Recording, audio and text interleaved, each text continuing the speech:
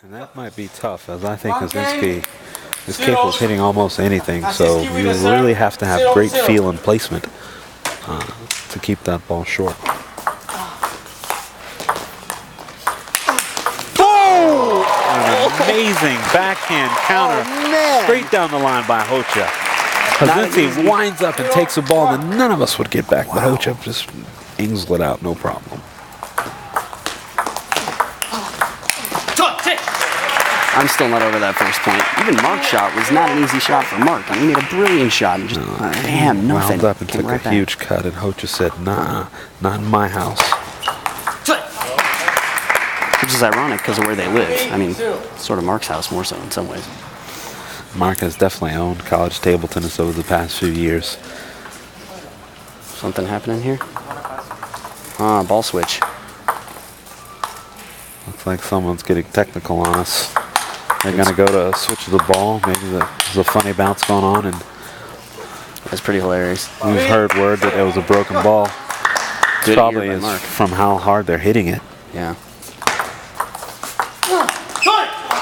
And Rocha displaying some power of his own. And I don't think Hazinski, if he's going to stay on the table, is going to be able to really deal with that.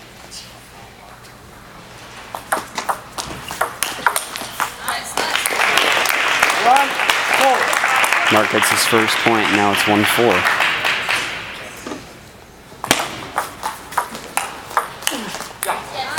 And with the start that Rocha's gotten off to, what do you think his coach, Fernando Yamazato, told him during that changeover after the first game? I'm guessing that he basically said, you got to put the pressure on early. You got to take it first ball you can. Just not, you know, you got to break Mark's rhythm somehow. Well, it definitely looks like he's opting to open up the point early himself as opposed to waiting on Hazinski to open up with the attack. Let's see how that works out in the second game. So far, so good. Oh, a little bit of luck off the top there. 3-5, Hazinski. I feel like outside of defensive players, people are constantly just trying to steal the attack and see who can get it first. And yeah, Paulo's doing a good job right now. When you feel that the direction the equipment is going right now, you almost have no choice but to really be that aggressive. Everything is really based around speed and spin. Ooh. Nasty roll side underspin serve, catches Rocha off guard. He pushes it long. Hazinski still down 4-6 in the second game. 6-4.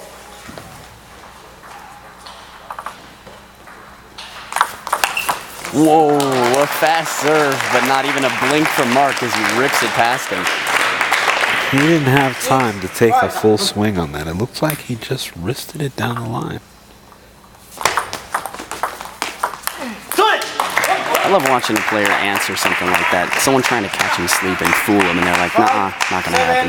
Bam, done, finished. It almost makes you think about what it is that you possibly could do to surprise that player when he takes one of your best serves and deposits it right back down the line.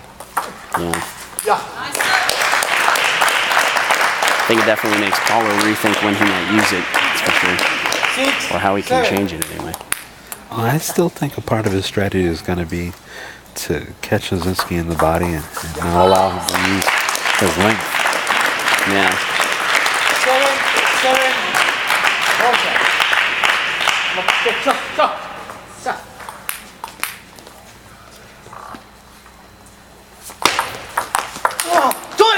There we go. Some fast footwork. He turns on that one.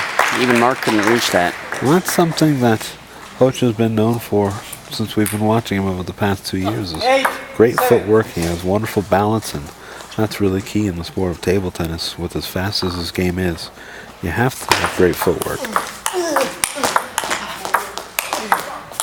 Oh, almost into the splits there. He's back off the table. Sort of the opposite game you'd expect to see.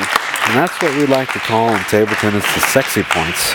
When the players are just all out counter looping off the table, that's called a sexy point. Oh, good. Then I have a good excuse to say that more often. Was that point pretty sexy? Or was it just like fairly attractive? 8, 9. Yeah, it's hard to say. Yeah. But the uniforms look good, that's for sure.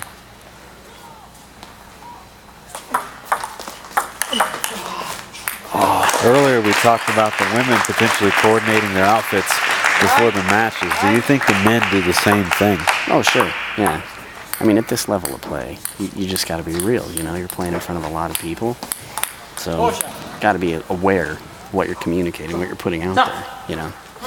And the important factor here is just looking good when you're going to be on TV. Right. Ooh, a big point. You can hear it from Paulo. Chole, come on.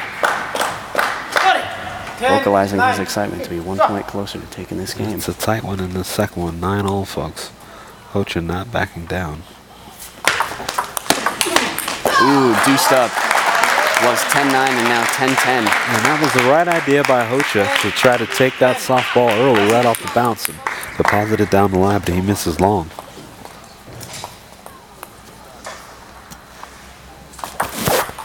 Yo! Come on!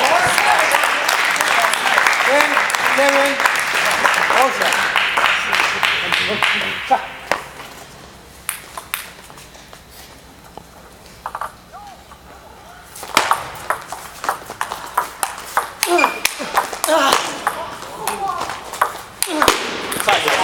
Wow, a wonderful display of finesse and power there. As Rocha gets lucky, opens up the table with a net ball, and then he puts the ball right back in the same spot. Hazinski could not reach it. There isn't much Hazinski can't reach.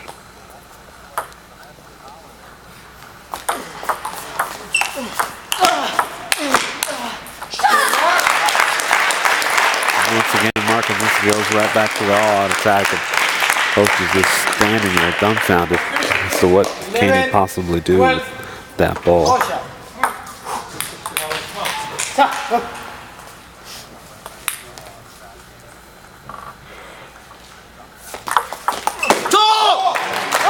Another smart serve by Rocha as he catches Hazinski on the wrong foot.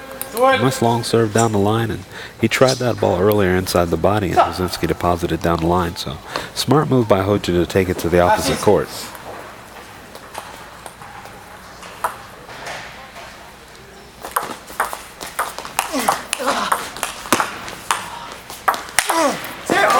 Damn, that ball's not coming back.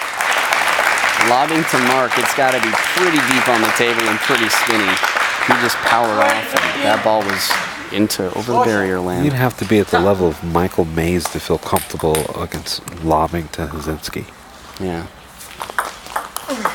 Go! And Hazinski takes game number 2 and a tight one, 14-12.